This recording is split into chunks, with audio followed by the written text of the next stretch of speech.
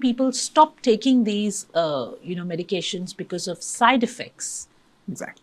So, nerve pain medications, there are hardly 3 or 4 nerve pain medications what everyone would use, and it depends on each person to person basis, like case to case basis, like this medicine will going to suit him or not. The most common side effect of these all nerve painkillers is the sedation. So, it is always advisable to start these medication very slowly. And the second most common problem with the nerve pain medications is addiction. Sometimes the patients might get dependent on those medications. So it is not advisable to give them in a very long period of time, and it is not advisable to start them at a very high dosage. For example, person who is having an allergy or else asthma, it is these medications have to be given very cautiously.